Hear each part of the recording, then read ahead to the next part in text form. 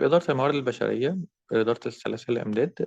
أنا عندي خطة، الخطة دي عملتها من التخطيط الاستراتيجي، نظمت الموارد بتاعتي، عرفت أنا عايز إيه. من ضمن الموارد بتاعتي هي البني آدمين. فأنا بشوف أنا محتاج بني آدمين زيادة، أو الناس اللي موجودة عندي في ديفكتات عندهم أو عندهم مشاكل، فبالتالي محتاج إن أنا بعمل رفع احتياجات. أنا محتاج أصلا، يعني أنا محتاج واحد يشتري. طب أنا عندي واحد اللي يشتري، طب خلاص هو كويس. طب بعد كده هعمل له تقييم أداء. بس في الأول أنا برفع الاحتياجات بتاعتي، اللي هو نفس الفكرة بتاعت رفع الواقع اللي احنا كنا عملناها في التخطيط الاستراتيجي. بعد كده بوظف، بعد كده بعمل تحفيز وقيادة طبعا. جزء من الموضوع ليه علاقة بإن الناس لازم تشوفني أنا رول موديل بالنسبة لهم.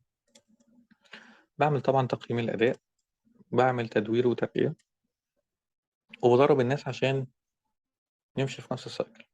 في النص unfortunately بشكل غير مقصود في ناس بتمشي، فبالتالي بضطر إن أنا أوظف تاني.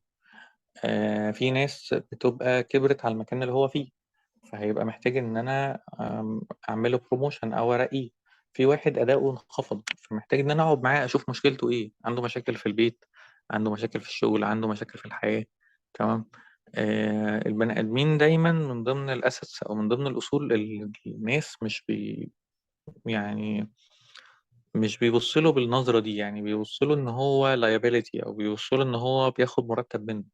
في حين إن أنت لو بصيت بوجهة نظر مختلفة، إن الموظف اللي موجود عندك هو في الأساس المحرك، أو خلينا نقول مش هو المحرك، يعني هو ال- اللي جودة خدمته، يعني هو البارامتر بتاع جودة الخدمة اللي في الآخر بتؤدي إلى آه، قيمة مضافة للمنتج اللي أنت بتبيعه للعميل. سواء إذا كان إحنا بنتكلم على الافيلابيلتي أو بنتكلم على حاجات يعني. طبعا لما نيجي نتكلم على على الكي بي ايز هنتكلم على الجزء ده بشكل كبير، تقييم يعني.